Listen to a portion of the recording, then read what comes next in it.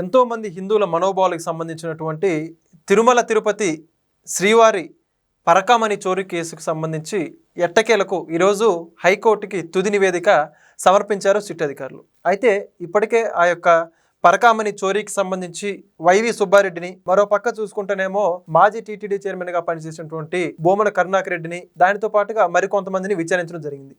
ఎట్టకేలకు హైకోర్టుకి సమర్పించినటువంటి ఆ తుది నివేదికలో ఏముంది, దీనికి సంబంధించి తదుపరి చర్యలు ఏం తీసుకోబోతున్నారు, ఇదే అంశాన్ని గురించి మరిన్ని విషయాలు తెలుసుకోవడానికి మనతో ఉన్నారు సోషల్ యాక్టివిస్ట్ శ్రీలీల గారు. మేడం నమస్కారం అండి. నమస్తే అండి. మేడం, మొత్తానికి పరకామణి చోరీ కేసుకు సంబంధించి అనేక ట్విస్టులు, ఓ పక్క సతీష్ కుమార్ హత్య కావచ్చు, మరో పక్క చూసుకుంటేనేమో ఆ రవికుమార్కి సంబంధించినటువంటి విచారణ కావచ్చు, ఈ ట్విస్టులన్నింటినీ దాటుకొని ఎట్టకేలకు హైకోర్టు ఇచ్చినటువంటి గడువు దాటుకొని ఆ యొక్క ఏదైతే తుది నివేదిక ఉందో దాన్ని హైకోర్టు వారికి సబ్మిట్ చేశారు సిట్ అధికారులు. మరి తదుపరి ఏముండబోతుంది అంటారు? ఇక్కడ భూమన కరుణాకర్ రెడ్డి, ధర్మారెడ్డి, సుబ్బారెడ్డి, మరి వాళ్ళందరూ కూడా అటు కల్తీ నెయ్యి, ఇటు పరకామణి అన్నీ కూడా వాళ్ళు ఉన్నప్పుడే జరిగినాయి. ఆ తర్వాత ఈరోజే విన్నా నేను ఒక విషయం. ఒక స్వామివారి ఉత్సవ విగ్రహానికి ఒక వ్యక్తి బంగారుపు కిరీటం చేయించిస్తే దాన్ని వీళ్ళు ఎక్కడా కూడా రికార్డులు ఎక్కించలేదండి చాలా రోజుల తర్వాత. ఎన్ని రోజులు ఎక్కడుంది, ఎక్కడ తాకట్టు పెట్టుకున్నారు, ఏం చేశారు అంటే సమాధానం లేదు. మళ్ళీ ఎవరైతే ఆ డోనర్ ఉన్నారో ఆయన వచ్చి అడిగితే కానీ దానికి మళ్ళీ వీళ్ళు లెక్కపత్రం అనేది చూపించకపోవటం, చాలా భయంకరమైన విషయాలన్నీ కూడా ఒక్కొక్కటి వెలుగులోకి వస్తున్నాయి వీళ్ళు చేసినాయి. అంటే ఈ రోజున వీళ్ళు ఈ పరకామణి విషయంలో ఎంత డబ్బు రికవరీ చేశారు ఆ రవికుమార్ దగ్గర నుండి, అసలు సతీష్ కుమార్ని చంపటానికి కారణం ఏంటి, మరి అదేవిధంగా భూమన కరుణాకర్ రెడ్డి బయటికి వచ్చి ఎంక్వైరీ అయిపోయిన తర్వాత ఆఫీసర్ల మీద గౌరవం లేకుండా, వ్యవస్థ మీద ఒక రెస్పెక్ట్ అనేది లేకుండా, నైలు నది లేకపోతే పసిఫిక్ మహాసముద్రం అంటూ పిచ్చి పిచ్చి మాట్లాడతారా? దాని మీద ఎవరైనా సరే ఒక్కరన్నా ఖండించారా ఆఫీసర్లు? అలా మాట్లాడినప్పుడు ఆయన నువ్వు ఇక్కడ దోషిగా నీ మీద ఆరోపణలు ఉన్నాయి, దానికి సంబంధించి నువ్వు ఎలా ఉండాలి అణిగిమణిగి అలా లేకుండా గతంలో చూసాం ఇట్లాంటి వాళ్ళందరినీ. ఎవరు జోగి రమేష్, చెవిరెడ్డి భాస్కర్ రెడ్డి తెగ అరిచేశారు. మరి ఈ రోజున ఏమైంది, వాళ్ళన్నీ కూడా నిరూపించబడ్డాయి. మరి అట్లాంటి కోవకు చెందిన వ్యక్తి భూమన కరుణాకర్ రెడ్డి. అంటే ఇక్కడ మీరు పరకామణి కేసులో ఏం చేశారు, ఎక్కడైనా సరే బహిర్గతంగా దానికి వెల్లడించడం కానీ, రికవరీ చేసింది చూపించడం కానీ. మరి అతను ఈ రోజున ఒక్కటే మనకి ఇక్కడ ఒకటండి, పెదజీయరు మఠం నుంచి అతను వస్తాడు, గుమస్తానంట. అతను వచ్చినప్పుడు ఆ మేనేజర్ ఎవరైతే ఉన్నారో ఆ వ్యక్తి కూడా ప్రతిసారి ఒకరిని పంపించరంట. అంటే వేరొకరు వస్తూ ఉంటారు, కానీ ప్రతిసారి ఇతనే ఎందుకు వస్తున్నాడు రవికుమార్ అనేది కూడా అక్కడ క్వశ్చన్. మరి రవికుమార్ని ఎందుకు పంపించారు వీళ్ళు, ఎందుకు అలౌ చేశారు? ఇక్కడైనా వీళ్ళకైనా డౌట్ రావాలి కదా, ఎవరొకరు డౌట్ అక్కడ చేయాలి కదా, ఎవరూ చేయలేదు. మరి ఇప్పుడు ఆ మేనేజర్ ఎవరైతే ఉన్నారో అతనికి కూడా దీంట్లో భాగస్వామ్యం ఉంది, అతని పేరు కూడా దీంట్లో చేర్చబోతున్నారు అనేది వినిపిస్తుంది.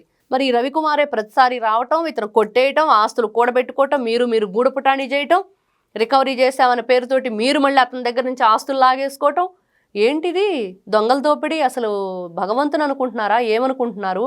ఖచ్చితంగా వీళ్ళు పనిష్మెంట్ జరిగి తీరుతుంది. ఈ రోజున వ్యవస్థలు పట్టించుకోపోయినా, లేకపోతే వీళ్ళు అడ్డగోలుగా మాట్లాడినా, కలియుగ ప్రత్యక్ష దైవం వెంకటేశ్వర స్వామి తలుచుకుంటే, ఈ రోజున ఆయన తలుచుకోవటం వల్లే వీళ్ళ అడ్డగోలు పనులన్నీ బయటకు వచ్చినాయి.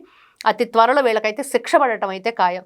ఈ రోజున ఏదైతే ఈ సతీష్ కుమార్ మర్డర్ కానివ్వండి, మరి సతీష్ కుమార్ అనుమానాస్పదంగా చనిపోయినప్పుడు జస్ట్ మనం అప్పుడే వాచ్ చేస్తున్నాం న్యూస్ని, వెంటనే ఈయన పెట్టేశాడు భువన కరుణాకర్ రెడ్డి ప్రెస్ మీటు. ఇంకేముంది, ఆయన ఆత్మహత్య చేసుకున్నాడు. నీకు ఫోన్ చేసి చెప్పాడా సతీష్ కుమార్ నేను ఆత్మహత్య చేసుకుంటున్నానని? నీకు ఎలా తెలిసింది?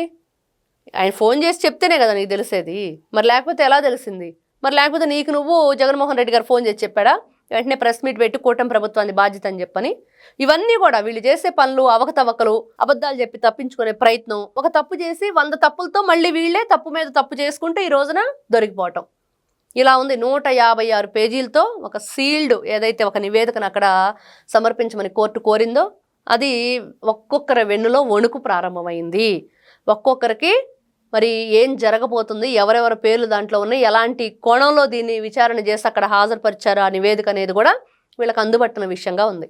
ఓకే, మరి అయితే ఇప్పుడు ఆ సతీష్ కుమార్ ఏదైతే అనుమానాస్పద మృతి కాస్త హత్యని ప్రాథమిక పోలీసులు నిర్ధారించారు, మరి దానికి సంబంధించి కూడా కేసు నమోదయ్యే అవకాశాలు ఉంటాయా?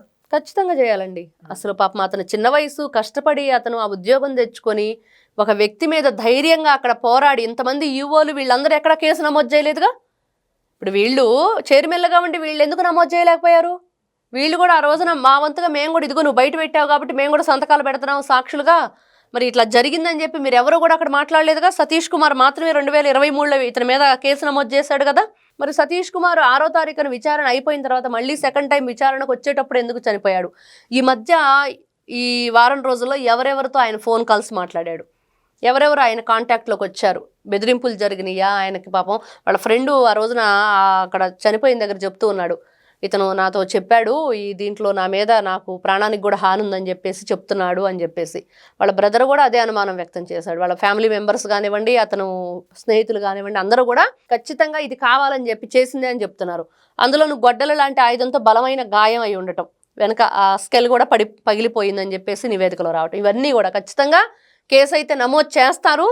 దాని మీద అనుమానితులందరినీ కూడా దాంట్లో వీళ్ళు ఇన్వాల్వ్ చేయాలి. ఆ కేసులో చేస్తేనే దానికి ఒక సరైన సమన్యాయం చేసిన వాళ్ళు అవుతారు. ఆయన కుటుంబానికి కానివ్వండి, ఆయన మరణానికి కానివ్వండి, ఆయన పోరాడిన పోరాటానికి కానివ్వండి, వీళ్ళు ఎలాంటి న్యాయం చేస్తారంటే ఎవరు దాంట్లో ఉన్నారు.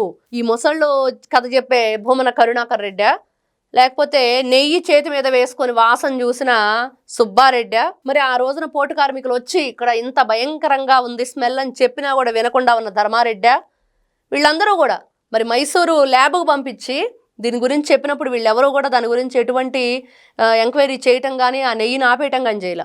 మరి ఈ రోజున పరకామణి విషయంలో కూడా రవికుమార్ కొట్టేస్తే ఒకసారి కాదు కదా, నెంబర్ ఆఫ్ టైమ్స్ ఆయనే ఎందుకు వస్తున్నాడు లెక్కింపుకి? మరి ఎందుకు మీరు ఐడెంటిఫై చేయలేదు? ఎందుకు ఆయన్ని స్టాప్ చేయలేదు ఆ రోజునే? ఎందుకు మీరు కూడా అతనికి సహకరించారు? ఇన్ని రకాలు ఉన్నాయి. ఈ రోజున ఏదో వచ్చేసి మరి ఆ రోజున ఈ సుబ్బారెడ్డి గారి భార్యనా జగన్మోహన రక్షక అని చెప్పేసి ఏదో డైలాగులు చెప్పింది అక్కడికి వచ్చి సాక్షాత్ తిరుమల తిరుపతి దేవస్థానంలో. ఇవన్నీ వీళ్ళంతా కూడా ఏ విధంగా జగన్మోహనుడికి మరి ఏ విధంగా భక్తులైపోయారు, ఆ జగన్మోహన్ రెడ్డి భక్తులుగా ఉండి అలాంటి కార్యక్రమాలు చేశారు. ఒక్కొక్కటిగా ఆ 156 పేజీల్లో రాబోతుంది. ఖచ్చితంగా కఠినమైన చర్యలు కూడా ఉంటాయి. Thank you. నమస్తే. Please subscribe to Leo News for more videos.